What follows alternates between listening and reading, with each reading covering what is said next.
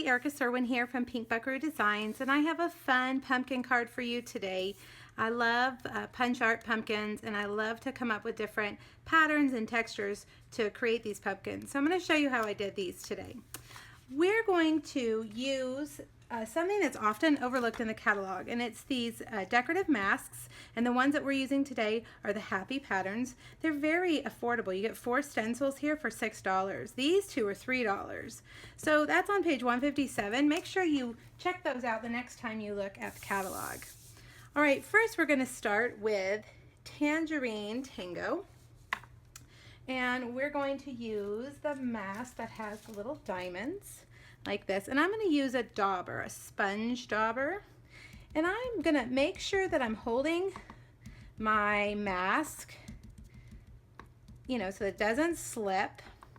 You could put a little bit of adhesive, maybe a dot of snail or even a glue dot to hold these in place, but I have found that I've done it enough that I'm okay. I don't need to do that. Although I say that and you'll probably see me slip and screw it up, but luckily you just match them right back up and it'll be fine. I think the times when I really make sure that I adhere these down so they don't slip is when I'm spritzing something, because if it slips mid-spritz, you're kind of in trouble. All right, so I just kind of filled that in all over, giving me that texture. And for the larger pumpkin, we're using the 2-inch circle. So I'm going to punch out 3 2-inch, whoa, come on, 3 2-inch circles. Let's see if I can get them out of this paper. There we go. All right, next we're going to do the delightful Dijon pumpkin, and for that one, we're going to use a little polka dot, and it has this happy here, but that's okay. We're just going to slide this around. And I'm going to use my delightful Dijon marker, Stampin' Write marker. I'm going to use the fine point tip. How do you say that right? Anyway, the skinny end. That's really what I call it, the skinny end.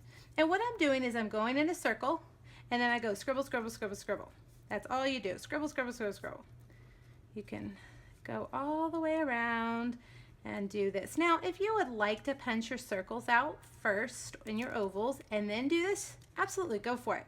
But I just found that it's easier to hold the paper in its right place when it's in a big piece like this. And I can just knock them all out and get them done.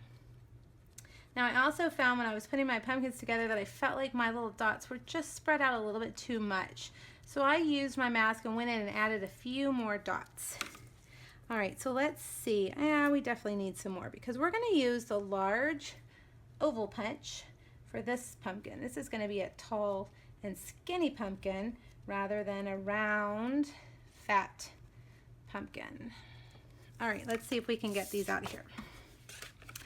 All right, so we're going to do, I like to have those circles kind of off the edge sometimes.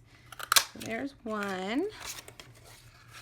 Let's squeeze one up here, 2, and ooh, that one, that's good, 3.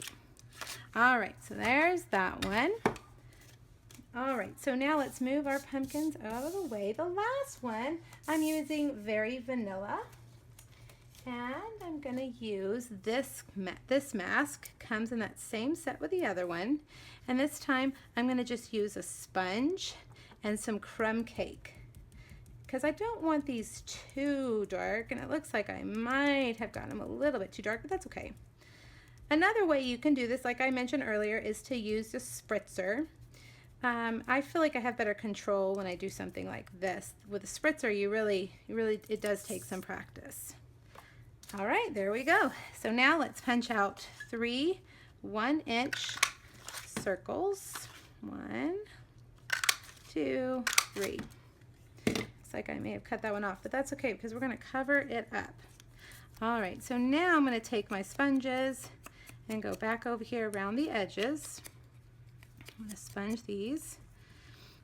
Right now on my front porch, I have pumpkins of all different colors and shapes and textures. I love to go to the pumpkin patches and find the weird, ugly duckling pumpkins. They make the best little, decorations. They're so cute. You know what, let's see, I'm going to turn this because I want my lines to go up and down like a pumpkin would, the lines on a pumpkin would go up and down. All right, so I've overlapped those. I'm going to put a dimensional right there in the middle and put that guy right there. All right, next is our skinnier pumpkin. Ink the edges. And really on two of them you just have to do one on the right side, and let's see, which side do I like best? One on the left side, because remember, we're taking this fast fuse and we are overlapping. And then this shape's a little bit bigger, so I'm going to use two dimensionals and stick that right there. Okay, there's my cute little yellow pumpkin.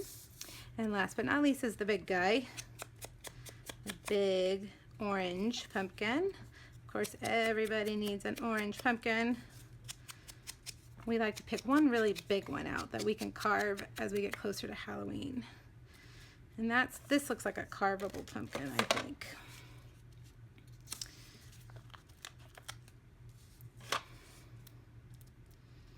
Let's see, get those dimensionals and put that guy right there. All right, now our pumpkins need a stem, and I have taken the craft corrugated cardstock and cut just little thin strips and then cut them at an angle. My glue dots have run away. I was going to use glue dots for this. Am I just looking at them? No. I always work myself into this tiny little spot, and then I have no idea where my things I need are. I don't know. You guys do that? This giant space, and then I'm in this tiny little space because everything is so crowded. All right, where's my other tiny one? Well, we're just going to use this one. Here he is. I'm going to cut it real skinny because this is a little pumpkin. Cut that off. Add a little bit of fast fuse. And there we go. All right, so our pumpkins are ready for our card. So let's move the ink out of the way so we don't get ink on our card. And let's get our card base, a soft suede 5.5 by 8.5 card base. It's right in front of me. Fast fuse. I'm going to take a piece of this Into the Woods DSP that is 4 inches by 5 1/4, and I'm going to put it right there. Now I'm going to take some Very Vanilla twine, and I'm going to wrap it around 4 times. And you're going to see a little trick here that you might do. I'm just going to take some tape, and I'm going to tape it to the middle. We're not going to be able to see that tape in a minute because we're going to cover it up with the layer, so don't be afraid to use tape. 1, 2, 3, and then we're going to stop right there.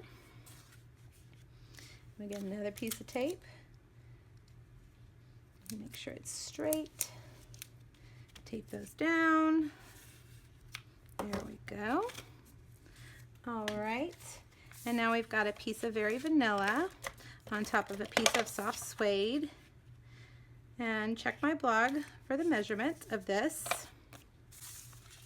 Let's see. And we're going to use some dimensionals. We're going to put some at the top and the bottom because we have to kind of piggyback that twine that's there. Okay.